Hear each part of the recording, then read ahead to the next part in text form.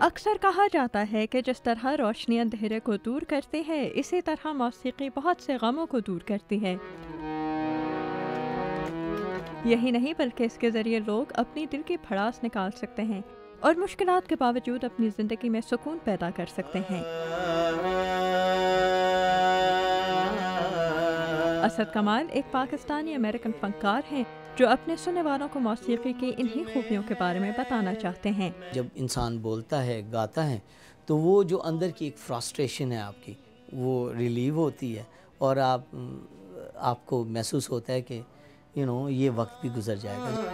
کو کاف نہیں ایتھے عشق دا رستہ صاف نہیں۔ موسیقی مشکل وقت میں سننے والے کو سہارا دیتی ہے، اور یہ ایک ایسی زبان ہے جس کے بول مختلف ثقافتوں اور نظریات کی حدود کو بآسانی پار کر سکتے ہیں۔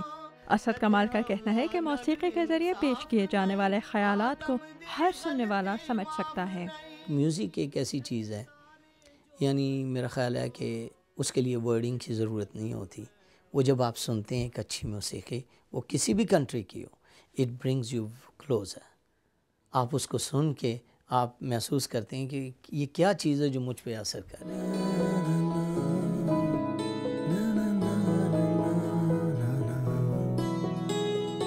لیکن اس کے ساتھ ساتھ موسیقی کے ذریعے لوگ اپنی روایات اور ثقافت کا بھی بآسانی اظہار کر سکتے ہیں۔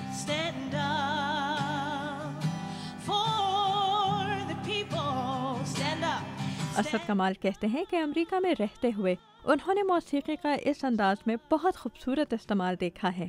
اب یہاں پر میں نے دیکھا کہ جو میوزک ہے، یا جو بھی لوگ یہاں آباد ہیں مختلف ملکوں سے آئے ہوئے، ایک یعنی ایسا گلدستہ ہے رنگ برنگی کہ ان کو آپ جب ملاتے ہیں تو it becomes a beautiful flower, اور وہ ایک بوکے بن جاتا ہے۔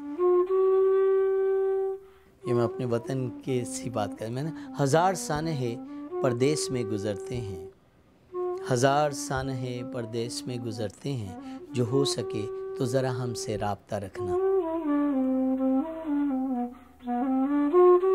اس گلدستے میں اسد کمال پاکستان کی نمائندگی غزل، نعت اور حمد کے ذریعے کرتے ہیں۔ کوئی سلیقہ ہے آرزو کا،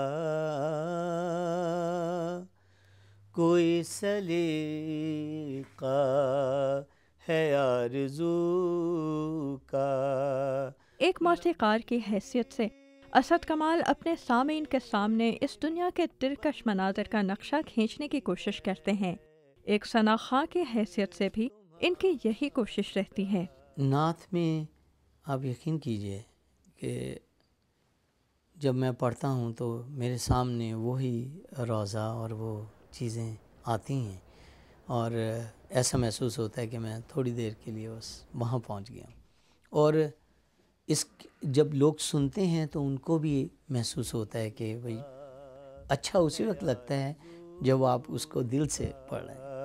نہ بندگی میری بندگی ہے۔ یہ کہا جا سکتا ہے کہ موسیقی جو بھی روپ اختیار کر لے، اس کی شیرینی سننے والوں کو اپنی طرف راغب کرتی ہے۔